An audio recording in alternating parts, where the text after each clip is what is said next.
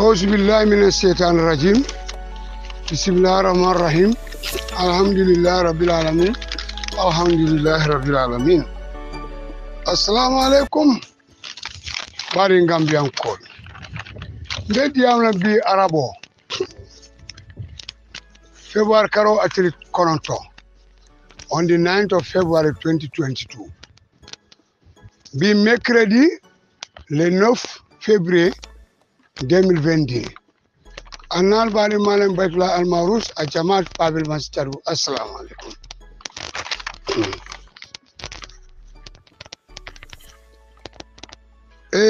mbedi amla bi mbina mbenyi la kumo fola mbe men diamla fo faatu sane la mbang nimbota je mbina mbe Adama Barrow Macky Sall Adama Barrow e kamembe tamande ani Omar Sissoko Mbalo mbabe satala ani la hammu momenti mbabe folale ani ku jama bije fana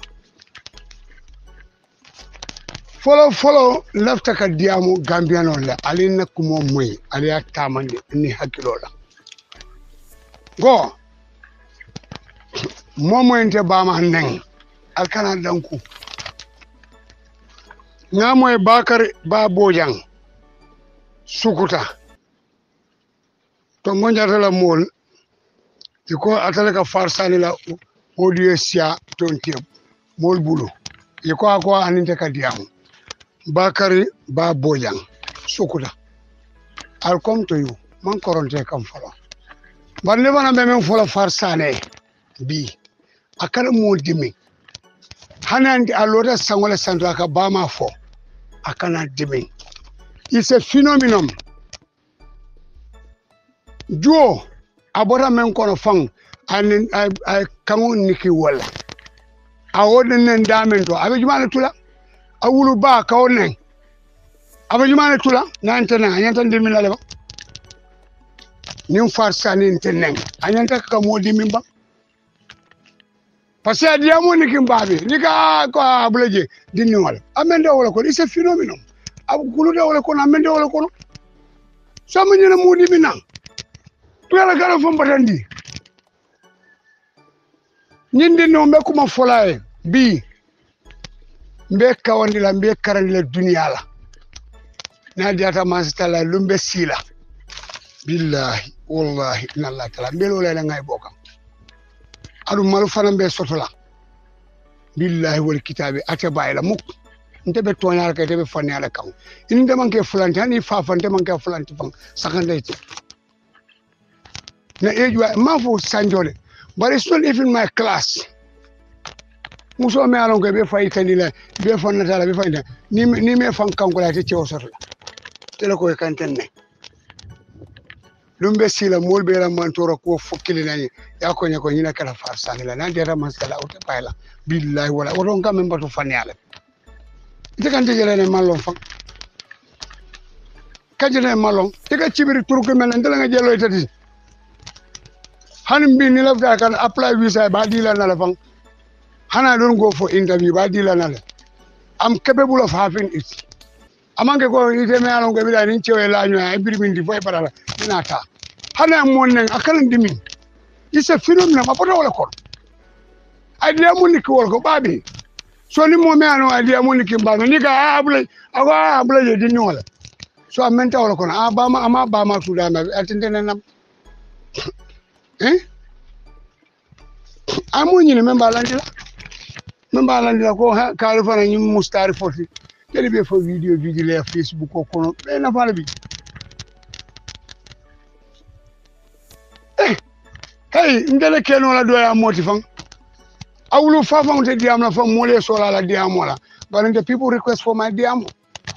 ibe mena be fola ba tlani ne nyum fole ite fama filter fo wala ya fo e farsane ni ne nyum fole akada wala ka bula men no ma to monja lo gudra fo ni ne mune fo ko akada so abeju al mul halma di ke fa ne korosi ni mo yabe audio bona be ban lo kele has no phenomena among haklo fa la soto ku fo mo ndenga lo ngonde songo mo njawya ngoy ko moy na kuriya ko melon afo bar momo koy go ndele be baytla dendi la billahi wallahi tala ifama allah ba si so kan yo barako foto ngo fo man satala doron wala ben dendi la balla fe wonde ala la man sa falilu ya ko bar halma ni wonde wote dendi no la jamane pen ba man ndo bondi bare tuban kalo de jo suki algaran dimi afan koros ñinde musti ababe ñaani ay ninga ada fan jogore fabe bula fo siole bula la juo kon so na ben na ka baldi minamuna ay diamu ni ke se phenomena min dem awul mental ko na susta wala kon they have no other agenda na man ke bani drone hani ndedi ngol lo de sa bute fay bu sakana ndefam hana wulu fanza sobron debe sakana ate bare ñunu bukar dangu ñunu de da do ne be bulu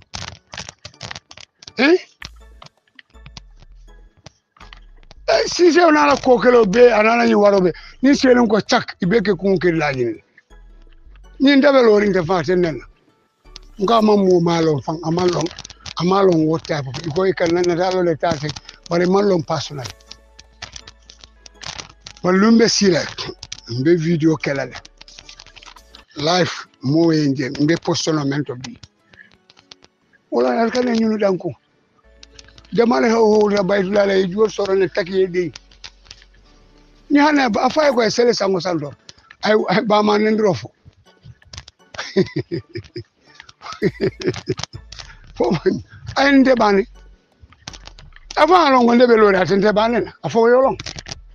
ni nguri ya mun nsa ju fara fay bu ko ngala kito la tous mo foko non tamo aya khar la men mi ko hey jamale ku kala kala de kay mon ku no ma sakana ni inte fendinde ya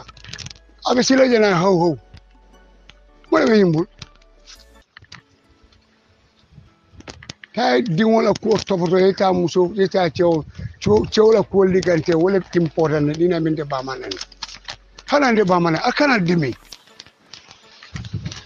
afa ba ma da men babe ya bijumal tula my friend ala kan nyaka sinuna it's a phenomenon abe jelole bala na ma o ka be mun ay ko ni so bay kam fa rodin wala ngam men fore ko fayla ani nyaka sunyuna ndebo ka nyuna ko jube fam nga kuulole mira men ñu la ko mankante la problème xana la groupe avec na perinda men to mo njaata ñun wol mankante fendi ko wol hormone buña fam bante bala hormone te bala mol man sole la bi itala dawla mo fante bendula so na fal bi the people are inviting me dawla pour ngara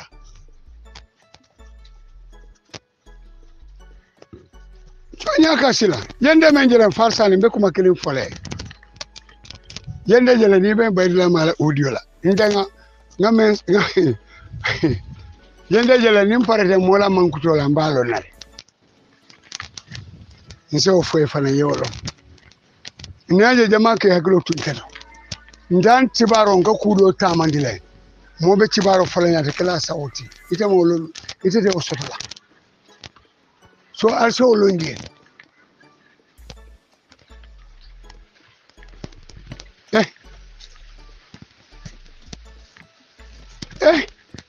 fonse o foye ile ndele keno la kilinti nde when I talk it's a global dunia bele ke mala je dum jumale so ile go bende na munela abe de dimena munela iba ma ya nene so ende ne fana ndu ne bende it's a phenomenon ibo da men do follow le neng imo muta fendi so be jumale horomala wala ni aka sujunna nde man takim fala man takim bala man takim kotola man takim mola bara ngam men je tonya I will tell you the truth na Gambia la je aru ngadula men sopor wala be tonya kan yesir wala bunya sono Yes. So yaka sunjuna and I don't listen to them. Ngayo fenge ko Bakar Babojang Sugura iko wala ka no ala batara audio film o fana ma bulu la le buya aka sia tomonyo la grupo e na fale so o jarra fen kamera abi modo le fola mi ko important le foro jele foro mu mole di men kala kan kanta melori na mbel kolo ta tinala manke post kono dinti weme alon ko kan bribe by to like intérêt setano balundila mok ngamen diamu kunu Sénégalais la ko bi wala findita ngamen diamu barola ko to bi wala findita ngamen fo UDP ko la barola ko to bi wala findita bito le kankele ka fo nyame fo nyoko ndenga halama di ngole lo nde mola nen dia suitong nene man tidisi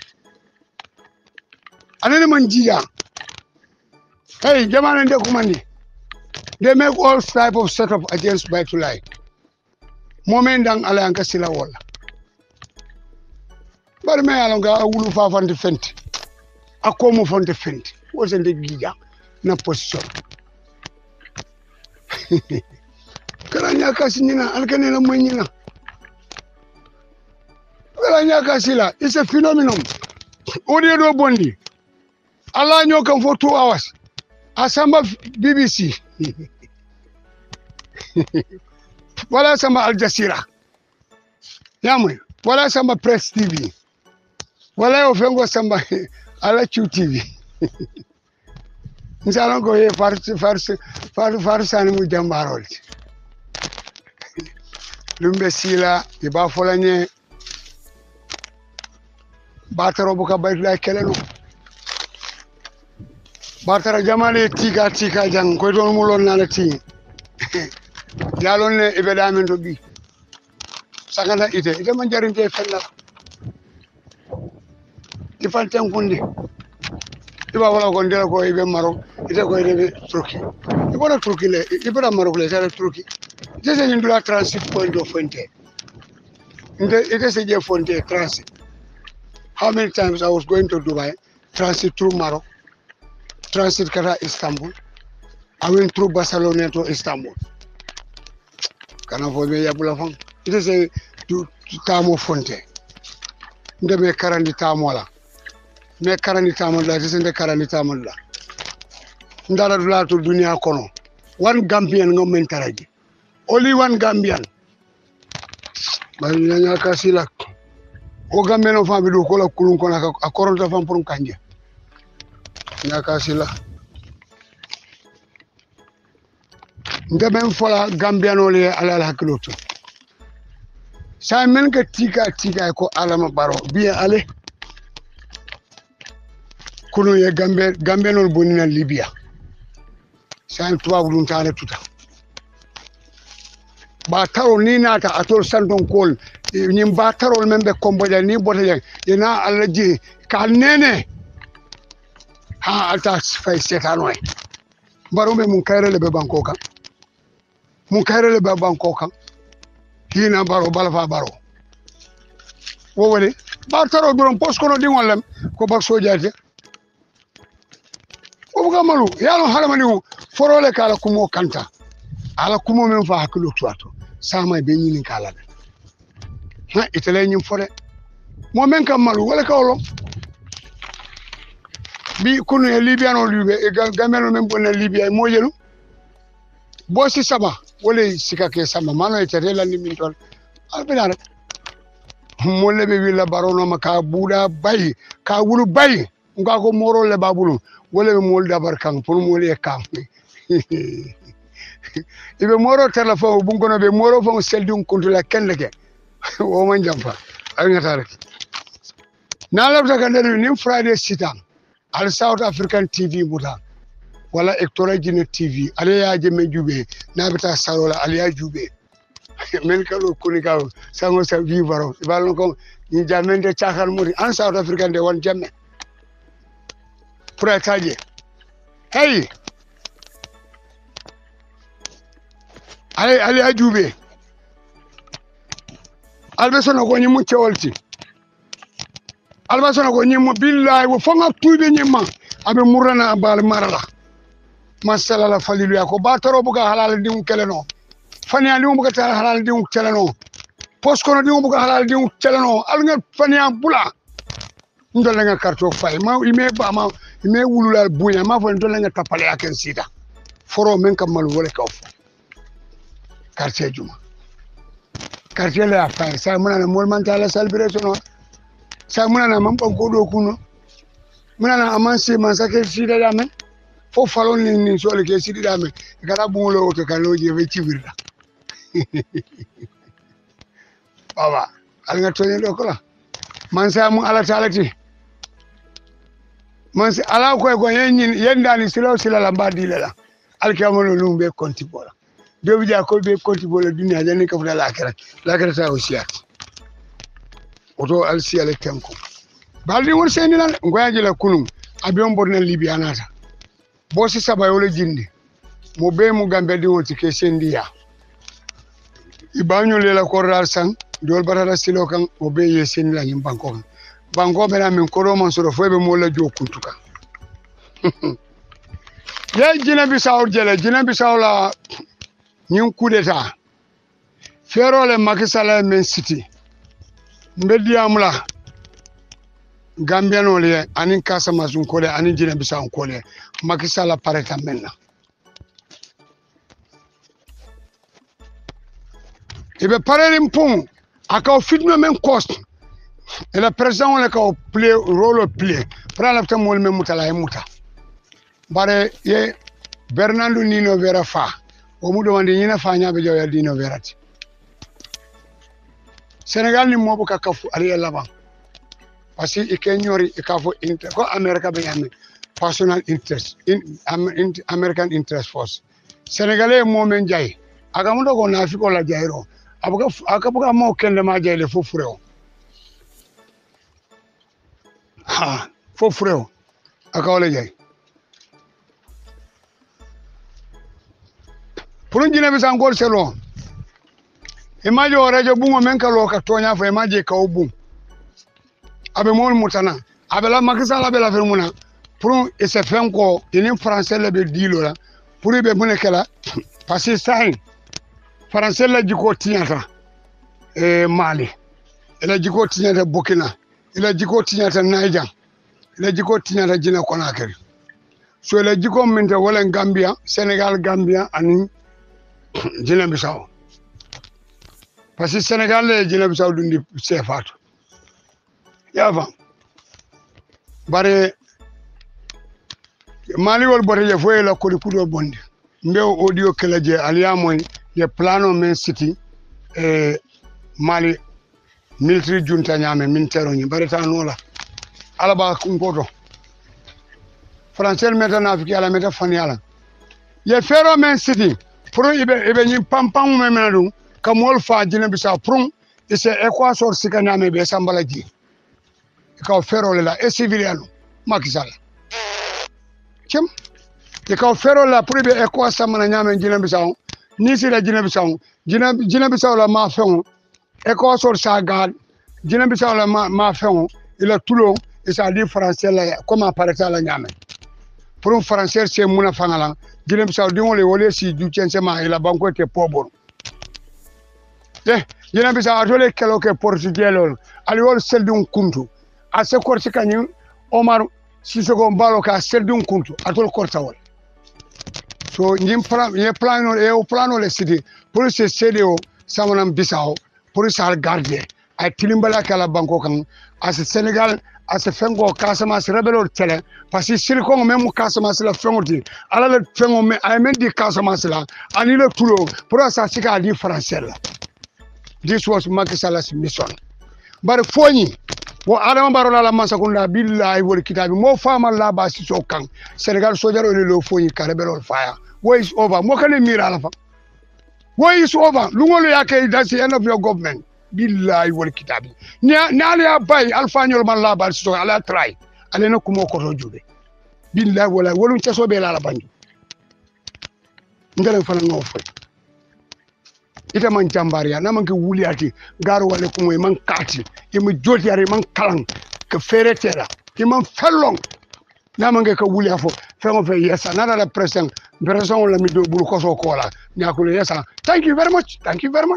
nindro ma foko lelo this was their plan pour un Sénégal la Casamance la Sirkong ya sig adol Casamance ko ala fan koros alla banko be kabrin wuluta nim bitema mbe sanji jelu alla banko be nya muna falende alla dingol kana ka diplôme karang foy pare yeta Jakarta bon dollar 3000 cema woro kilo dole singole kati dole accident ya samba hôpital restaurant CSO yena ko li bajo so idi wala karang na fal al bossino la ali nya kuning alla fengo ibole sala pour ka di français ka benefit africain na fulo la ni sefa yalo ka munjede cemo le 98% français ka wala 2% 90% 98% français la ka wata 2% Sénégal ka wala ta e ka jelle di Casamance la 5% jole 15% ta baba Casamance gola la nyaayele ale kuning albe sino la ni fero be ala ni sirkong pour because salu sa jole balanta pour aba sinna nyame akawle ñini par Sénégal mintero ani Casamance mintero ado fango ñanda al Kenya lo nale minteria to ñala is a chain of command but I limit le soto makimati ne dunta service e dunta service wala ila banko la ñanto len ke la banko kanta kala na flo kanta barita banko na flo skala kadi tuba bola was over anyande kawlo wo fero kawle latin barati tamala ni sirko momo ko ni makisala be la ñokan ibita la kirale hako bu ka mutu ala nyin dilala because imeda ka bola al kumor kan albe sino la wala na ala jata ba dakson jata nyol be sita nyun kaw nyun ko la chale jam ko Senghor Ibou Diallo Sédio kanyin ko la chale nun albe sino la ñun be Sénégal le be posin kay fa anyata kal nyaayla rek ale kuling e ko santo mo ka kulina munem kulimuti aka kulu sotade aka molong aka monyalo na jonko ta chinoto na tra madi mala fi chinodo makalong aka cheba nyalo wala ka fello nina kapsalo dimoti mun kam makulu kenyal so alne dal nyaayela la ali alfang jube ali la fi alfanna hakolem ite pharmacie da wala bangoni ala ni harjo sika ka dialla ala banko be bala fa dal to loptani tije abe kankangolem silo tije sama corona sida bele ka bata mune balbu musu ko ma ka sika ni Jakarta mo kayrol tiwan alla banko atal nyaayela le ba ale bo sino la bang ngekewdo ma be diamola man ni ngolem fan abe kumo men foka akoni dala selu ba jube be bala fa lay ala ka tonya le fo ban do la ñin Casamance moy la ta fon ben rek dang koy ko di la wa ministre de la ministre le ñi di le gouverneur le ñi di le sous préfet le ñi di o mo ne wol be la poste le ka jela la le mo ñente ña kuni na le imagine to la mo Sénégal mintero le muta école mu revelo bari sendi le imeta ñin ko la imeta ñin tilmbala sifa la Casamance saybe mon ke kan makisala la rolo pour Casamance ngolo ali parele ibe molle jubela ni je silo kare e ko be la molbe mutaren te ñun attaque no la ba say France avion di la jet fighter pour be bombarder men kala menna bare ka munen kay e ko say ibe molle jubela ni mota amana je ko hayta mo rabeltu e ares ye samba so Casamance ngolo al France lo kola al France lo sembe talbulu munen duwa anala sirko fana ale duwa momo bar kono Casamance di wala lafta jampake pour ngadol kumbani albala akara sungaro kana treji al fana ne duwa alla ja alla fengolem alla nyantolem alla Casamance di wala nyanta ka domala dole nyanta ka domoro kala nyanta ka doku la dalale ale be lola gama di wala doko ke damin ñaar solata di wala ne akili wati sina bare modi adi wala ifa abe Dakar jannabe futala tara ya bade alfango nyanta ka kuni ali kari al sino bula al duwa ke nyin sir ko ma to la harjelti asala Casamance do kuno ni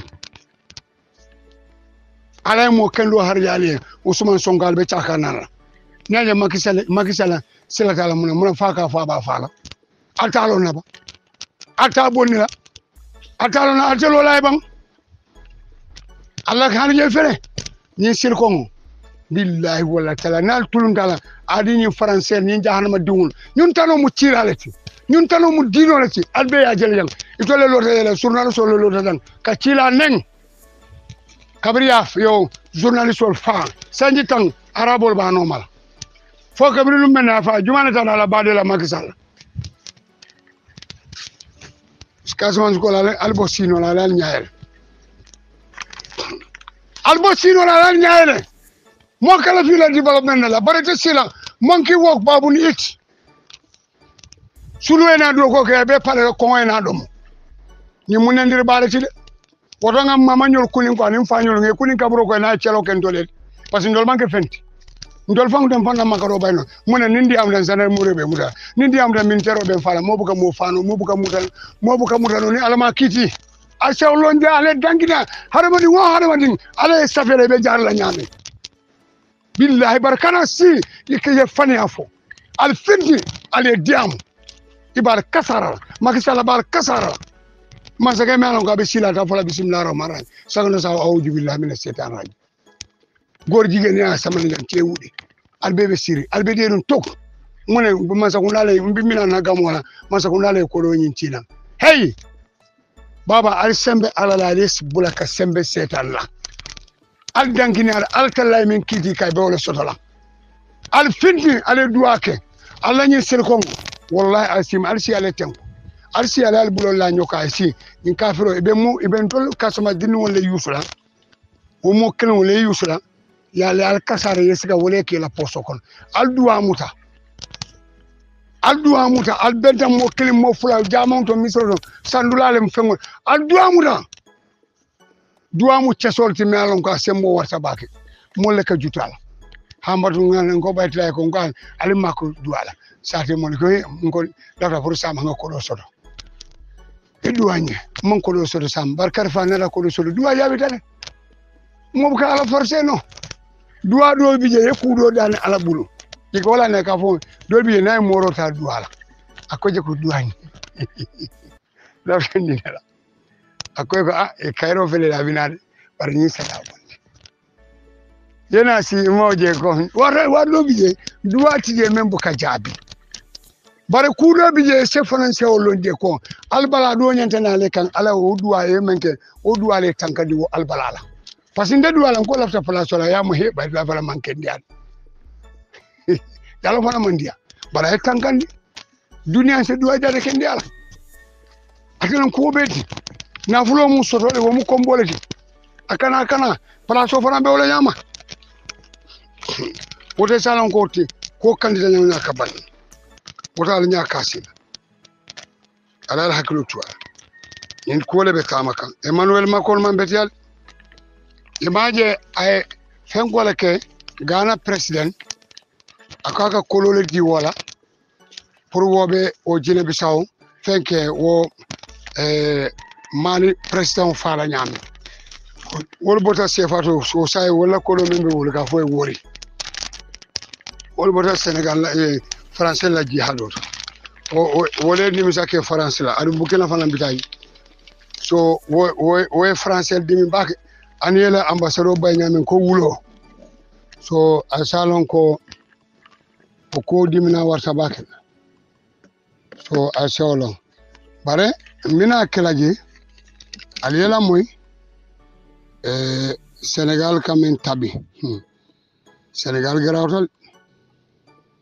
Macky Sall garawtal Macky Sall mu posinol billahi wallahi taala posinol Macky Sall mu posinol di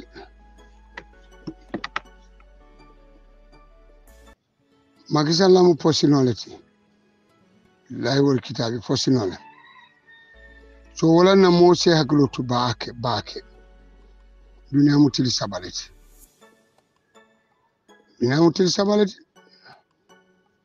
Macky Sall Allahu akbar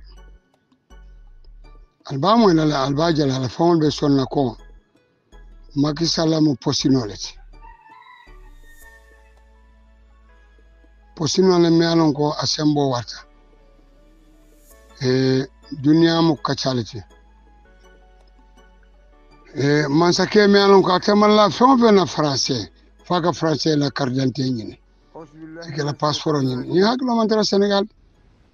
ñokay aljo Sénégal kasara la ko alon ko atanya be jaw yala be sangarla assalamu alaikum walatina abe ñin kalabante ya min bela ake mira la samad makitanya be jaw yala abe sangarla alila moy ya même plan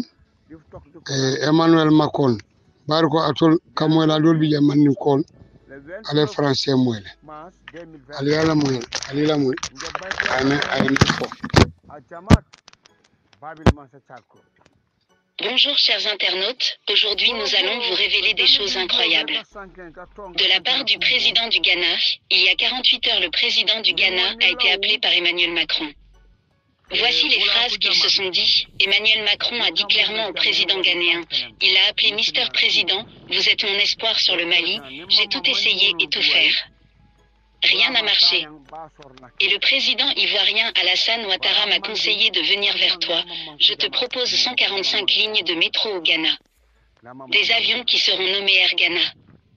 Et je te promets 6 milliards d'euros pour toi seul, si jamais tu arrives à déstabiliser ces 5 colonels du Mali.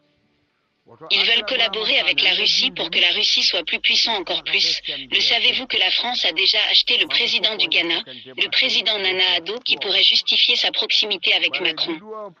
Il est le plus francophile de tous les présidents ghanéens. Son amour pour la France a amené à acquérir le statut d'observateur au sein de l'Organisation internationale de la francophonie. Il parle très bien le français. Depuis 2020, il a fait installer Air France au Ghana. Des vols directs à Accra, Paris sont organisés. Total, qui était en mauvaise posture, est devenu la deuxième station de carburant depuis son élection. Aussi, Bolloré est le deuxième investisseur d'un consortium qui a fait les travaux d'extension du port de Tema pour 5 milliards de dollars entre 2017 et 2021. MPS et Bolloré vont exploiter une bonne partie de ce port pendant 30 ans pour rembourser leur investissement. En outre, depuis son arrivée au pouvoir, la marine française fait des exercices annuels dans les eaux ghanéennes. La France donne aussi des bourses à des officiers supérieurs ghanéens pour l'école de guerre. En outre, la France organisait par an 2 cours de planification, d'une durée de 2 semaines, par an au centre de maintien de la paix Kofi Annan d'Accra. Pour officiers supérieurs des pays francophones, Macron utilise ces facteurs, un trait économique et amour pour le français, pour manipuler Nana Addo. Avez-vous vu ce travail malheureux, au moment où Emmanuel Macron faisait l'appel? Il savait déjà que Nana Addo pouvait pas dire non. Le président ghanéen a fait au moins 20 secondes avant de dire tout simplement. Est-ce que je peux rester au pouvoir jusqu'à ma mort et que le pouvoir reste dans notre cour royale? Il a dit à Macron, vous devez tout faire pour anéantir mes opposants ici, je les veux morts. Ou accusés pour être en prison. Marco lui répond pas de problème, le président ghanéen ajouta qu'il fera des sacrifices humains au Ghana. Il a même dit le nombre 27 personnes seront égorgées sur un fétiche au Ghana. Ghanéens et Ghanéens, si vous voyez des proches à vous disparaître dans des villages ou en ville, ne cherchez pas loin, c'est votre président. C'est grand, un criminel et satanique. Peuple du Ghana. En Afrique, tout le monde a besoin de son indépendance et de sa liberté. Ces 5 colonels se sacrifient pour libérer l'Afrique. Mais voici votre président qui préfère vendre sa dignité pour des intérêts. Peuple de Ghana, sortez massivement et demandez à votre président de ne pas tenter de prendre cet argent. Il faut lui montrer que l'Afrique est décidée. Pourquoi Nana Akufo-Addo veut que l'Afrique reste dans l'esclavage? Il a fait tête à John Kufuor, l'ancien président du Ghana, il a perdu. À l'époque, le président ghanéen John Kufuor a nommé Akufo-Addo comme chef de campagne pendant la campagne présidentielle de 2000. À l'époque, Akufo-Addo a eu le poste de premier procureur général et aussi ministre de la Justice ghanéen. En réalité, le nouveau président du Ghana n'a jamais gagné d'élection. En 2007, perd les élections en tant que candidat de NPP. En 2008, il perd encore contre Jonathan Mills du NDC. Alors le président ghanéen a décidé d'être opposé aux 5 colonels et farouchement. Hier matin, le président ghanéen a envoyé des mercenaires qui passeront par Abidjan pour rentrer à Bamako. Ils viennent pour mettre fin aux travaux des 5 colonels. Chers Ghanéens, nous savons que votre peuple est anglophone, mais les Maliens et vous. C'est le même continent et même Afrique. Alors, peuple du Ghana, pour la liberté de l'Afrique, demandez à votre président de suivre le chemin de la liberté. Le peuple l'a élu sur un chemin de vérité et non pour détruire un pays africain. Peuple de Ghana, allez vous laisser votre président faire souffrir vos frères et sœurs du Mali. Sanctionner un peuple est-il normal ? Nous laissons vous les Ghanéens à décider le reste. Nous savons que beaucoup de Ghanéens sont prêts pour une Afrique libre et prospère. Vive la liberté, vive la paix, vive la vérité. Ndenga mwele. Kama même plan. Ngwali amwele. Sayo kai. Ndenga mwele. Sénégal. Français. Yalon Sénégal ngafo Sénégalais lié. Ya kilotu. Ko membe tamakan asiada. Ko membe tamakan asiada. C'est Français les ku jamal duni Afrique kono. E ku jama kuria Français les ak Sénégalais biduma. Hako buka motule. Hako. Teta ibe fenge tarlaji. Ibe Russian tarlaji. Asi soja la tanyone te Russia sila. Ite Russian sila. Alai ko sila. Ala nin to nyendirlante. Wallahi wala tuja. Ala anin to nyendirlante. Alila mo nyindo fana abesa ga aliamu.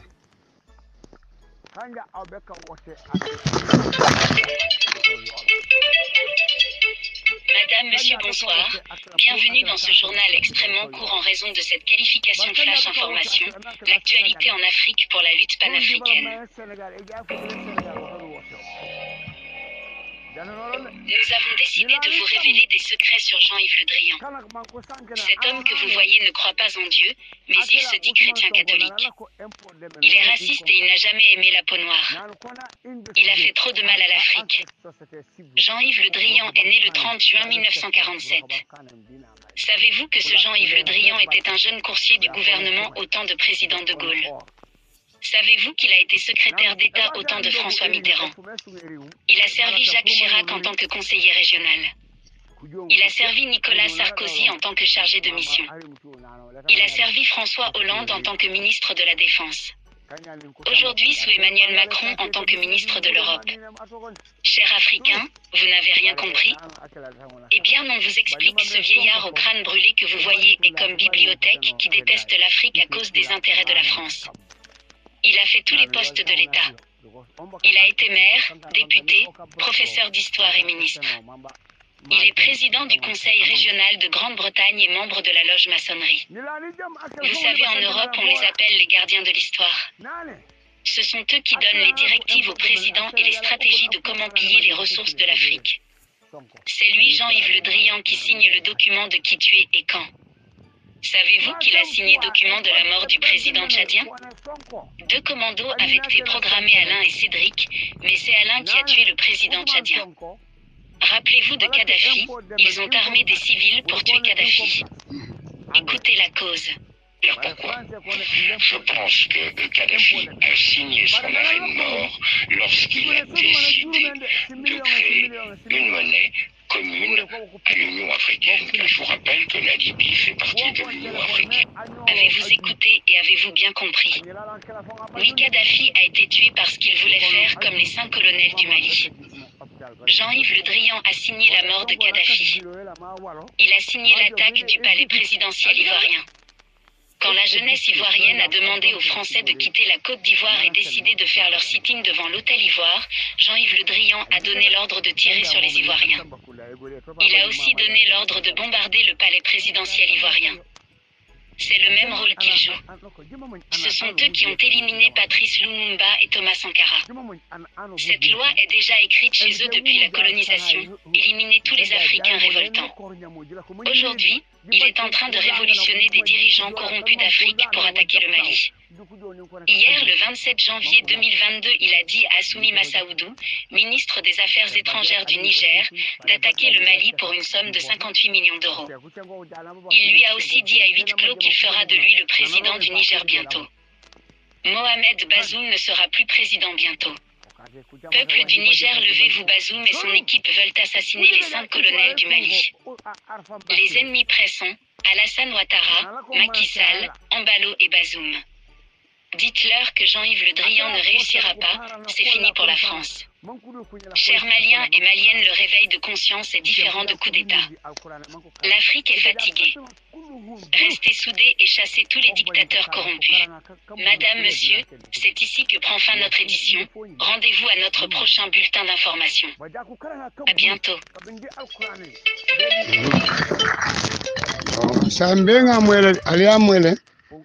Gwala mole Macky Sall, Alassane Ouattara, Omar Sissoko Mbalo. Albe la mo jikol. Ali amele. Yalon dolla ni o mu fenkon.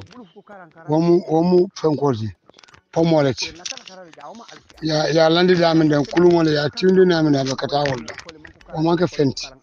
O e fen be yes. Wolen. Adele menga fo my boss. So ale français la mañaje yalon africanol be sino la ni diam to mole si diam ko e londo le solo momo balanta tuba mol may ko fo dictateur ça bataro depende sa ko ta molma orga nyindo banan ki jali yala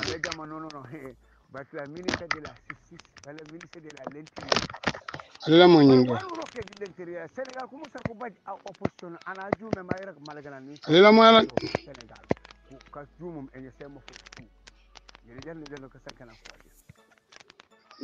baba na tonya no marek wani afo man betia baren tol bi ndol africanon la ta fanya la fa tambita ka fanya debele ka debele la ta la baki Allah mo nyindo. So picture this situation. You are depositing all your monies with France. Should you need some of your money, you get it as a loan at commercial interest rates. So immediately, you have a credit with France, but you begin to owe France. This has been going on and continues to this day. So combined, the 14 countries are giving to France cash, cold hard cash, over $500 billion every year. And France takes that money and invests it in its own stock market under the French name, and the countries may or may not know the returns. Currently, for every 14 billion that France takes out of Africa, by the time they finish investing it in the French stock market, they are realizing upwards of 300 billion. So you do the math to see how much money France is taking out of Africa every year. And yet France has the audacity to then look at African countries and call them poor countries. Why would poor African countries give $500 billion to France year in and year out? What really gets me the most is, how does the world sit back and watch this carnage take place in Africa? Where is the United Nations? This is the body that's supposed to be looking out for any violations of human rights. It is my humble opinion that singularly, what France is doing to Africa is the biggest violation of human rights. Women and children are dying of starvation, youth unemployment, when the same poor countries are giving $500 billion to France. It simply does not make any sense, and I don't know how the world can sit back and watch all this unfold, and nobody is saying anything. It's unacceptable. It is wrong, and we're simply asking France to do what is right, what is just, and what is fair with the Africans. I attended the event that took place at the embassy here, and we actually read your speech where you gave the history of what took place and how modern-day Africa was carved up. For the folks who don't know, explain the Berlin Conference. The Berlin Conference was our colonizers' way of seeing to it that Africa and her children are forever defeated and dominated. They came together in Berlin at the invitation of the then Chancellor of Germany, Bismarck, to divide up Africa. 1891, November 1884 to February of 1885. They met and chopped up Africa into the tiny little economies that we see today. Economies that clearly cannot survive on their own. Economies that are easy to destabilize should they begin to look like they're having a leg up. Economies that will make it very difficult for these countries to trade with each other. No, being a way to correct it. Because the telephone call video in Nigeria, Emmanuel Macron, I got Ghana President Kelly, I got 5 how many billions in the deal. It's a Maliland President far. Oman Korea, maybe I tell a far, Awaleja, Nana Kufo. Mbemu Makisala la deal, but I couldn't them. Billahi wal kitab. Kafero melandia. Alevana malo ala banko mole fero melandai. O jagalo wada. Alila mo ndola APRC so-called APRC. Ila jata bala alila kumol moy. Anim bibe tembo mento. Alila moy.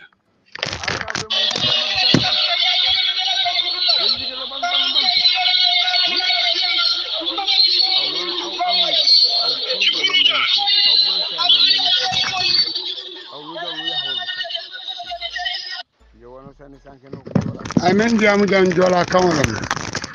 Awole jam je. Baru sama mbeo kala je bori kole la woti. Sali la moy. Usman Rambo jato jata. Alila mala.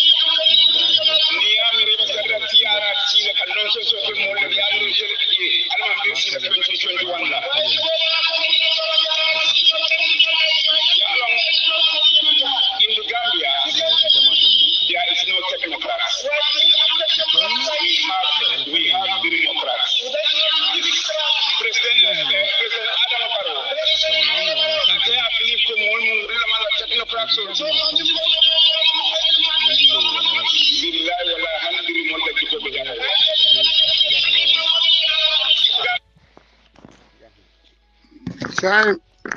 denga mwele ako tufa ako fenke he dunia wanakasati fenke jalo tuka jalo akawale kaja fitel frel konyo etala amen fo tuka jalo bi atebe wala kono dunia mukajale di ya hale madimo je foroye men kala ko mo kanta Foriamo kanwaleti ye kumo men fo ye kanta ha ikana fo de batla de ñu fo samadu de lola ka aram baro kaja fi abe batara men ngana ngalo ko ko dole di baytula la ngo mbatu say ngante fana ye kafu baroma bar mon ko ni dunia ko do o ka banne pare harmoni ndaji ko kenlo wala betala ndenga wululal buñala ndeto fenkala la sila jawla ko ke post kono di modi alila mo nyin dola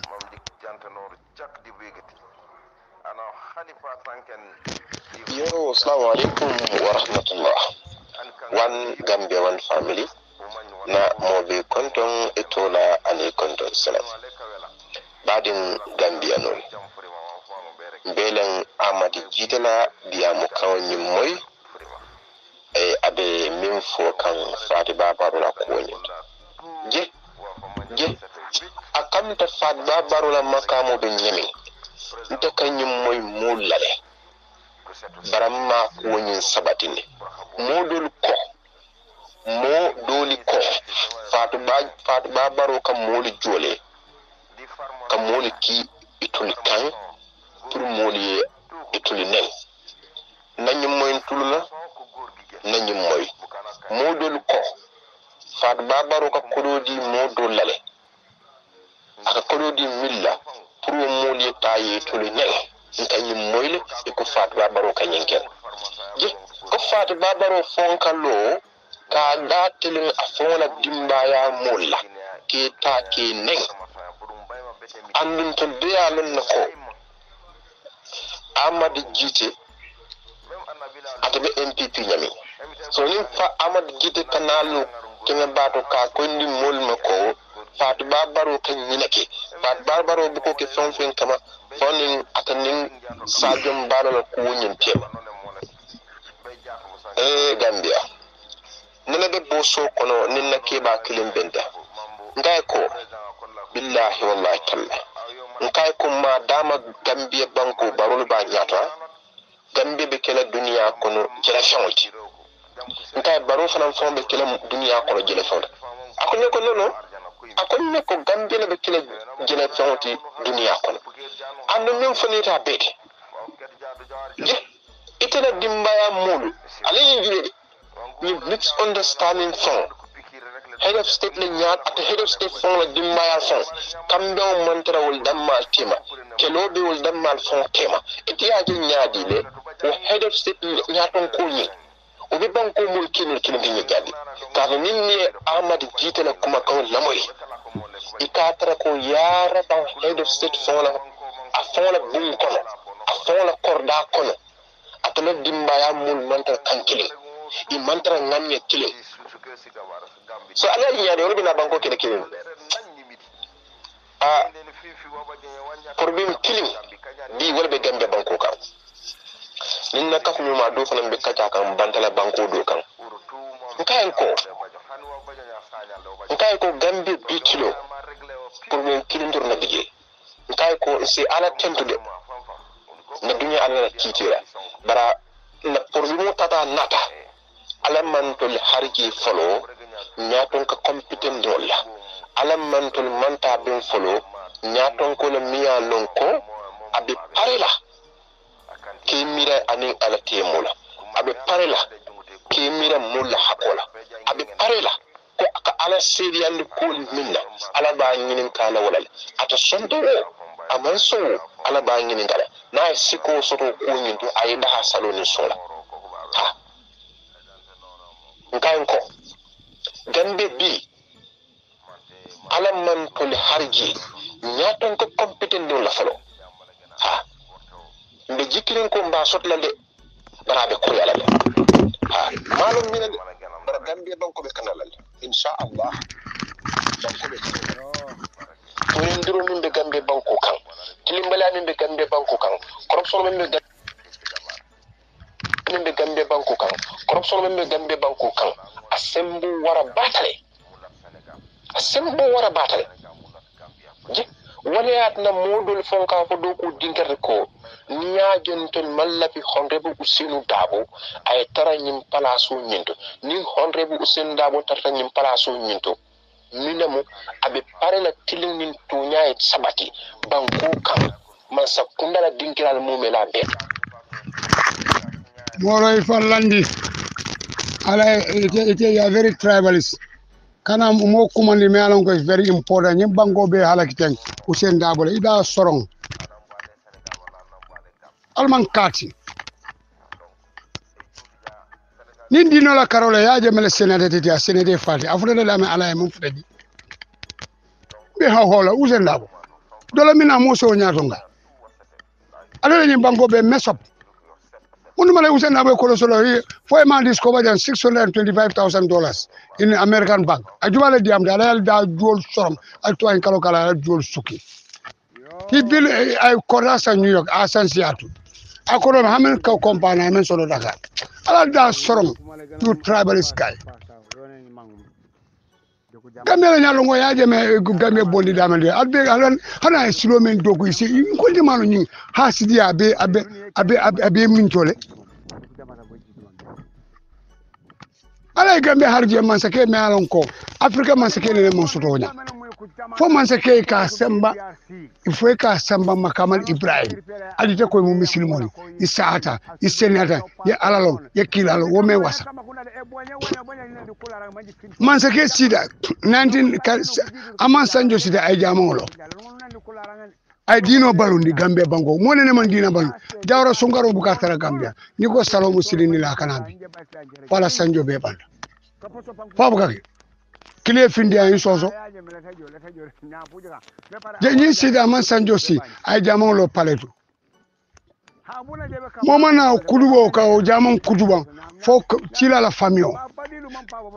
wo imamo wolna de ka o jamon kutubo wo fu jamon fana me akudugo amange cila la famio cila wulte suwa men ko na fana wulte wol maka ko al jahil ma ala hasidi dimma al belo la bawla o kulubali akumo fola albe bango samano la nyam mana alman samano tapalea mana bi fo ay men fo akona len jamfa alba jela ningal jamfa mbaye ben jamfa mbaye jela say be jibe be hawhol fale wuri yalla alman baraka wala alay ñine joale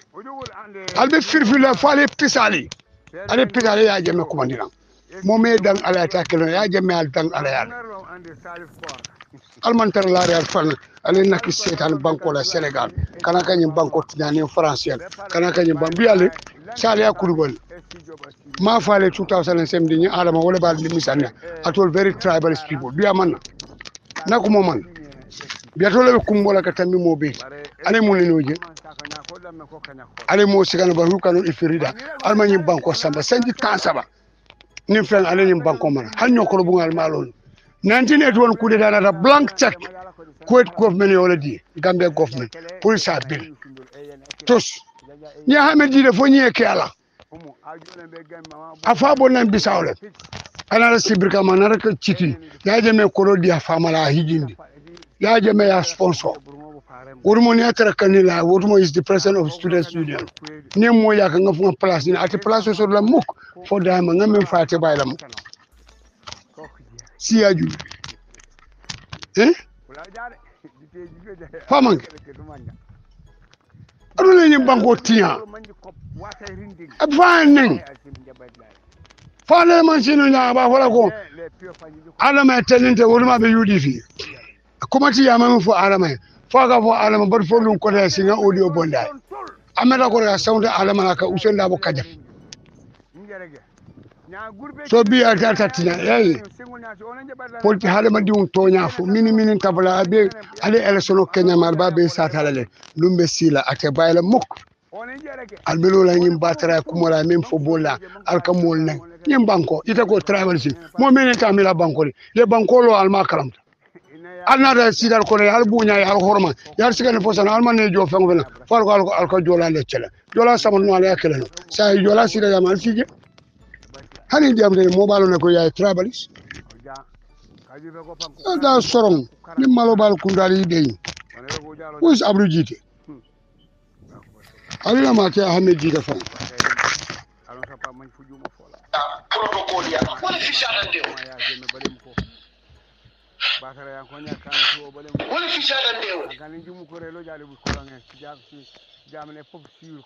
wala fi shadande bare na fay ko de ni palasol ta ila sorola ndeman palaso wala dina ay kem deliberately yen kampa ben kono la dimo ben kono den de lol yes why do me wala sta billion call al be palaso to na badi ay kullu na palasi fengo kundu nde fendere man kenna inere man fen foma min nere man foja yamba manen ala kila kola mba ala fisi ada fen obedi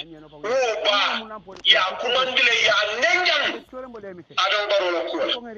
anin force le anin force family ibukande jo ko I'm not getting salary. I'm not employed. It's purely voluntary. It's purely voluntary. Il veut pas la signer là. It's purely voluntary. So, those of you that believe this is it, I believe this is it. And I just started a war. Faduba, nde nunano mori aɗo mbakela nunano alaya mbakela aɗu nunano physically mbakela itaninte ate bayla mum yende siga nawda nena feere landi feere jaw fatou ba mbiyeta landi laji I will win. Billahi wallahi tallahi, I assure you, I will win. Because you don't know the monk. If that means then in Baruta ako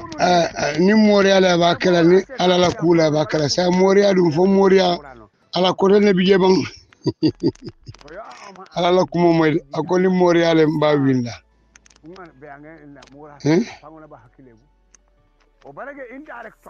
ako ni moria le mba winda manam fo moria fo ala kutije bang ame jite ni nyanyanta jola ni nyala fo alay nyin kera ame jite fo alay nyin kera ni nyanyanta jola fisir wala am petia bi be kala doya foldi gambe kon ya ngaba jana be UDP ya jame sponsor ko beken ni nyanyanta jola ni de alquran kulo fo akante jakal itaka ike alquran ko ko ya alquran ko to na bam aka men fo anite ka bara min istifra akan jakal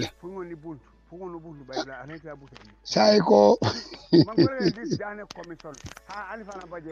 ñunu manke mansati ya tay mansata fani alkan masake kawlo ne masake musa ka bama ni drog bare wala ko isa phenomenon fadol yuri bi ngol wali mana be joral nena fo adama makalam fo adama le bukal ñor biya mam bo alcool ako ali jolal ne do ko ne ko sal barla ako ne alama felo alama gay ko ni ya alama fo na la finti ko ke teleto ako is fully informed anything happen in this country kabira bodo olum bobi ndela fila alama malafal alu ndela fila amme laftala ndema lafi ngalon ko nyimu bakarot alina mo amen dide la kuma lama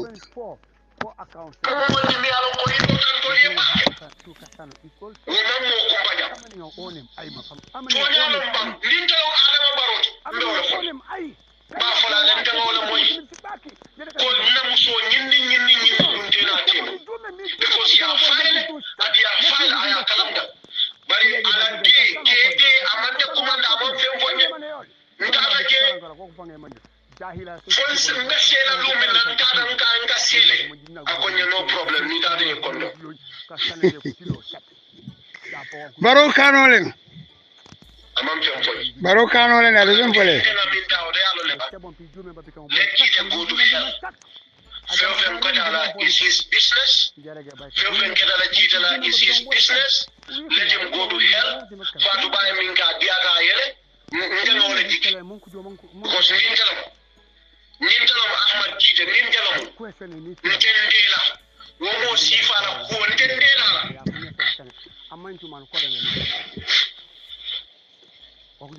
Bari Mbafala Max Junior, sa Antrodu. Ndela na nyimfo jam adu nenete yam fana Fatou Baye adu nyen kelo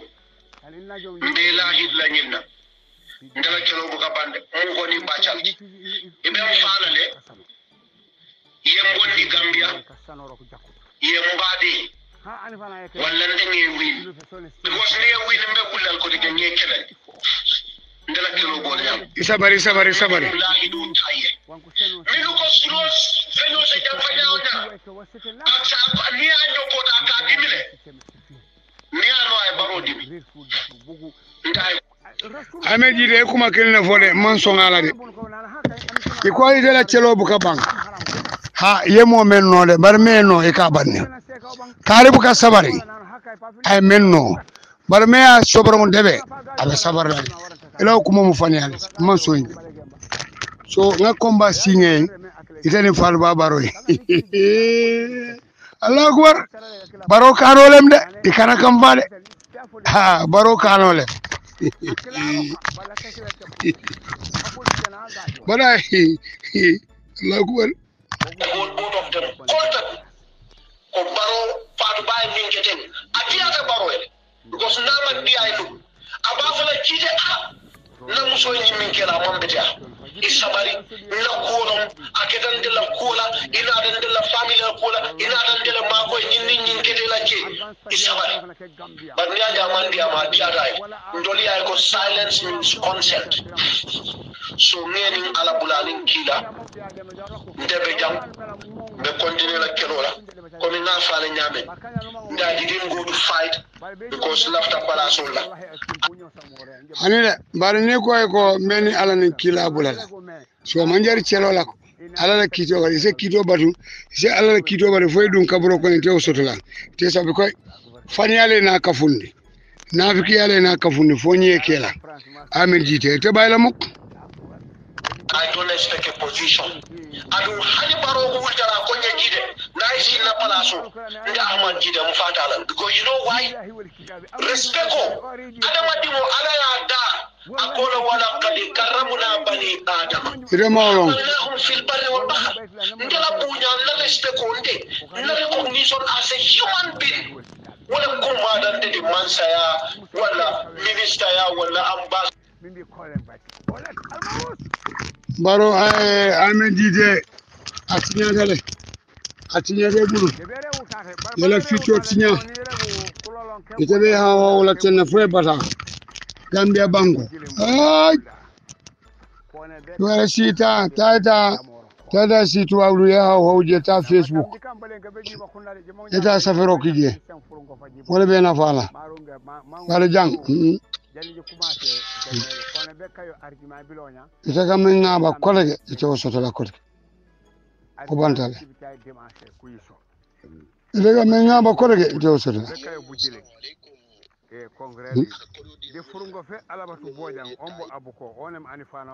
ita okay ita pandile freng ita bandila de ame jite ite dunia ko ten ite be am wala tina nya jube ani ite ba samban jol drame ite tata America 1987 itrabu ni be tamala America ko ne kala ni bosola munem e mankay to soto hani le téléphone numéro bente bulu ida bondi Gambia politiko ne fata Gambia no la ila nyi muso ngam mistoko le haja ni maka kole la muso de jini awlem ite wulta kumusi kisao ko be ba fata balale itata ikuluta ifama botnanje during 1960 to 1973 inata Sara Yoba Jima Jiga Yara Sara Yoba Jega Kasamas ikuluta wolto bara memen fole ida bondi Gambia politikoto fereng nima bondi nim parate ka ntetula ni nge wis abe grawla ita manke Gambia dinti baro fangu melon yaje makabra na America iko ile sanyi monde ke America center ako me sanyi tanga ke America o manke Gambia nti kay ko tani fula Gambia sa kacha ko kumo foy so bi be killa baro e lon ba alo na ni membe kuma kan idan posinoti jerga fondan na jerga fondullu ni me dey have your phone e telephone number be mbul ba samba njol drame le telephone number be mbul ni me da boli gamela politiko ko ni e wi ibe bonna na america e senia ani senia gambia ibe batala sanji tan sabani febe america 1987 ni bitama sanji jole mun la ji famo fen yalon ni wandi kono baye mo jobusi e katule banko e hakole soto ita bata ko montra sare rin gambia ibe siri ka gambe dingol torande hako bu kamoto nse inkanyi ko diamle albuka na kumolo boda diamola ameji tela kola ameji de fama wulu gambia anata tele wulta gambia boda yuba afam dundi gambia politiko ko adum gambia lan sarot bi abayani abe UDP ako abe baro challenge boda yani usenda bo kala dala UDP adala baro ka sani baro fana masor ide londo be soro ile karam beke barako diya muna manta je Allah gana je fego kanala je ta londo do ko nyin nga fo ne tuba du feltiye be tika no gambia le jang ila soro ila bondi gambia la politiko to fereng ha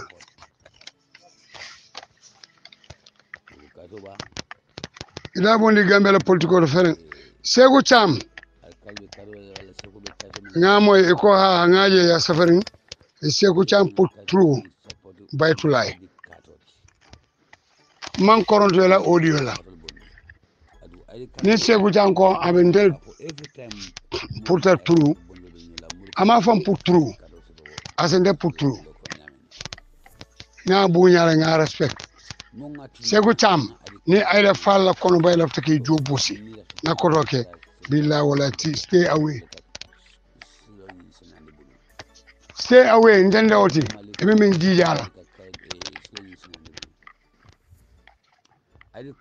ala ñoo katandi Facebook fal fudu da ñoy mi rawala ba ala fala ani dini ndole be UK na foñi dini wala ni wala be ñola nu wala football fa pare da di tele tiata sina cibiri sita domola sita muso fana ko be sila kala nyimbe be la family tita divide rule abe ne family jaasela ni me dey am give you chance ni en so I try it is in the address nim parate kam ila kuma ko e kam fonu kun about this government bi nyani foro wala ka kun kan kanta I stand by the truth ya fam so nga chance dile la de if you want to try me I try I respond to you because ana jube ndolani député wotumo fo nyin ko la ba haklo tula bare ngale yalo na député kunun pasita nyoy nyame nen dia kali kamara time be sotlana yisole member of fonyi bonnale atem fonyi jaron ko dindo aninto le boda consequence kene nte ba mala boda fonyi bonnale par woduma ise councilor ye moje ngafsi dula ya mo division amanke je lan sarot ngafti je kol kedanali woduma be councilor ba fola musole ko alinte ta nalente ta woduma matar ko yaade diptiar ba fola alinte ta nalente ta ndebe lolali hanina allowance o mba dirala mba safe la alla account mbal makola e par foni gola la nyen ga yalla makoy muna alla nyi foni dibitel ben sida nyi sanjidula alkili nyi nganye menene ku samanade so han o bente kala kawndo to ban anana mol bendu jang ako ha kata baro atema fo ko en famara tamani ga temen fa foni bonal ko man so men atema so ala a wuli asifal fo barona la foni bonale ndindi mere akana kalo ka fo foni ko bu fisir walle ndindi kali kama bi koñul foñin ko mo fisir walle won man kal bulu kawando de ban foñin ko min dibitel men be siratole am dolta kalaji ta mo ma sibolti fo war o mo ngamira hana nyaase ma fam akona na fo wule mu ko na jirano lume na baro bita kanela mu dibitel men ko bulu wele le dibite bon tamo le diam bare ala nene mon suto sina wala na ite sefo do lebe foyi ko aka moro le sikanan aka kata ka mo le dabar bare te mire le sefi ala be labana nyame bang dabaro mo be buka dabar non dabaro mo be buka dabar non ni la vela kairo la fata nin dibite te man sembe soto ka mo forcer ite se mo balino ya moy ite mo forcer no la so yaklutu bake yafa ani fenke fanan Gambia Ferry Service ye sukutu lulu la appointment ole tinya ye fenke ko wala ka ticket o wafi mo me anon ko be service ole je 15 years ike accuse ko wala ka ticket o delete Aissatou Sanyang Efogey Sira Koli Seni Koli Fatou Cissé Aissatou Djiba bare Aissatou Djiba yo sendi bag do kola e ko mistake kola ha so nyindol yo le accuse bare nyi Aissatou Sanyang Efogey Seni Koli bare problème be me anadan Fatou Cissé manifest atebe no manifest clark yala no so atele any problem be cause yolo look at those people are paid a salary can have almost 20,000 but niela fenko income tax bondi je e kala salary ka 15,000 na mutakas but in silo ye jo 4,200 salaries Gambia Ferry Service talon Gambian police wal fana investigation ibuka kanyama ay jakale ano mano me UDP me fenkenen e kata ka aras ay jakale kata ka aras ka aras fani akan ay jakale bakel iko ha we barole ne dunia mu kacalati ay jakale bakel dunia mu kacalati أعوذ بالله من الشيطان الرجيم بسم الله الرحمن الرحيم الحمد لله رب ako jakalo warta amira nyawo nyam bukalo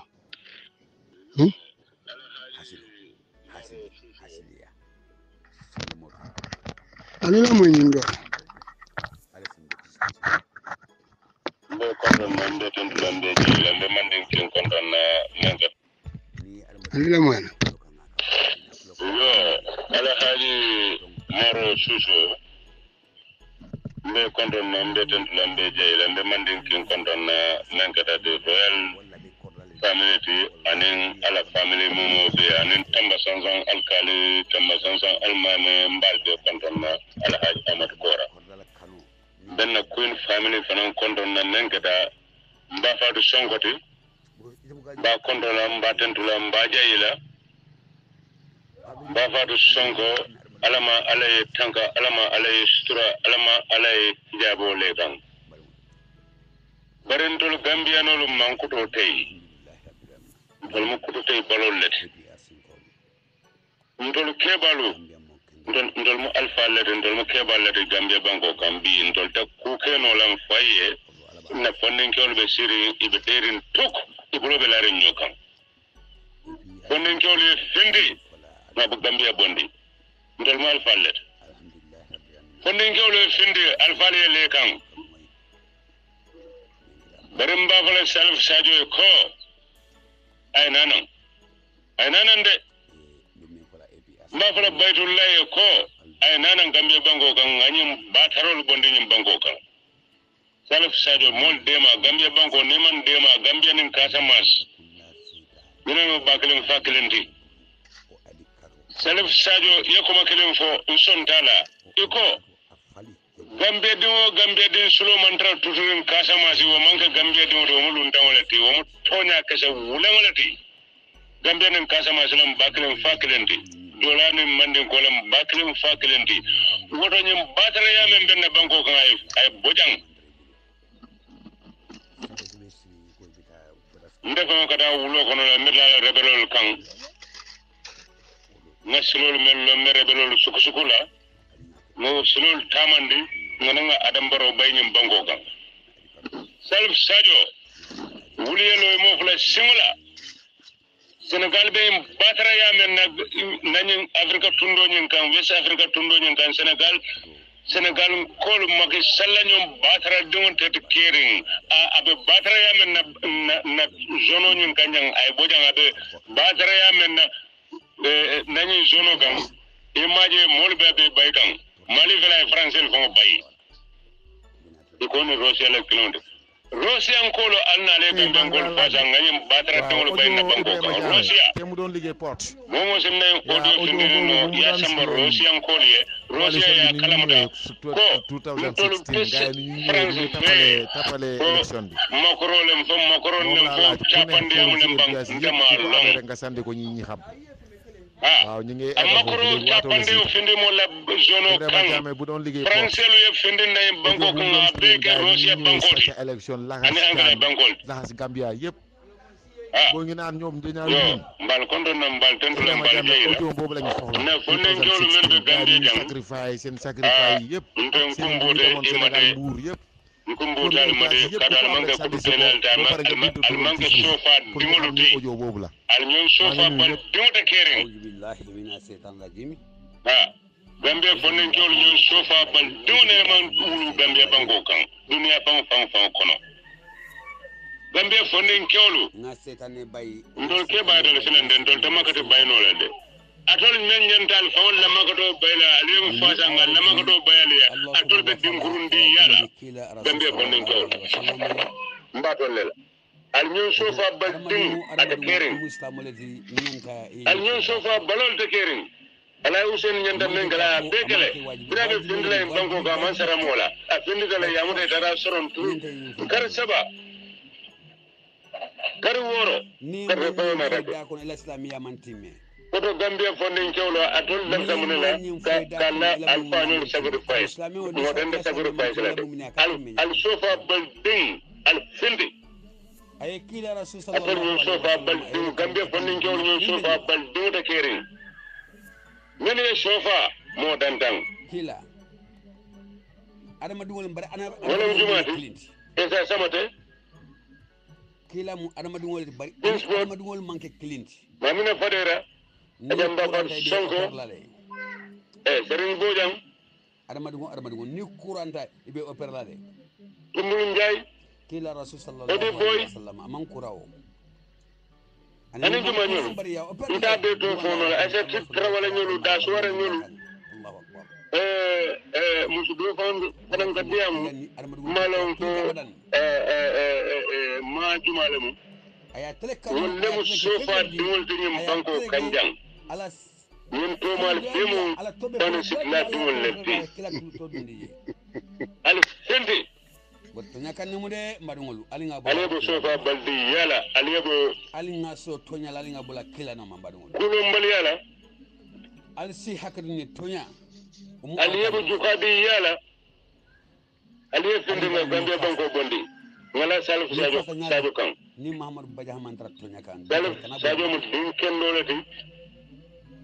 ni Muhammad Badiah mantra ken dingo fele Salif Sadio na bula noma baytullahi e be din kende transport e be din kende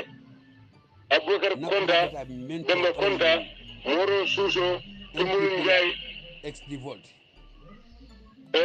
Maki aliko ale mitino leke wali junior ko jabe fono la ko kanyina tol be la muka tol be fono yo baraka yala kuma mu ida yalon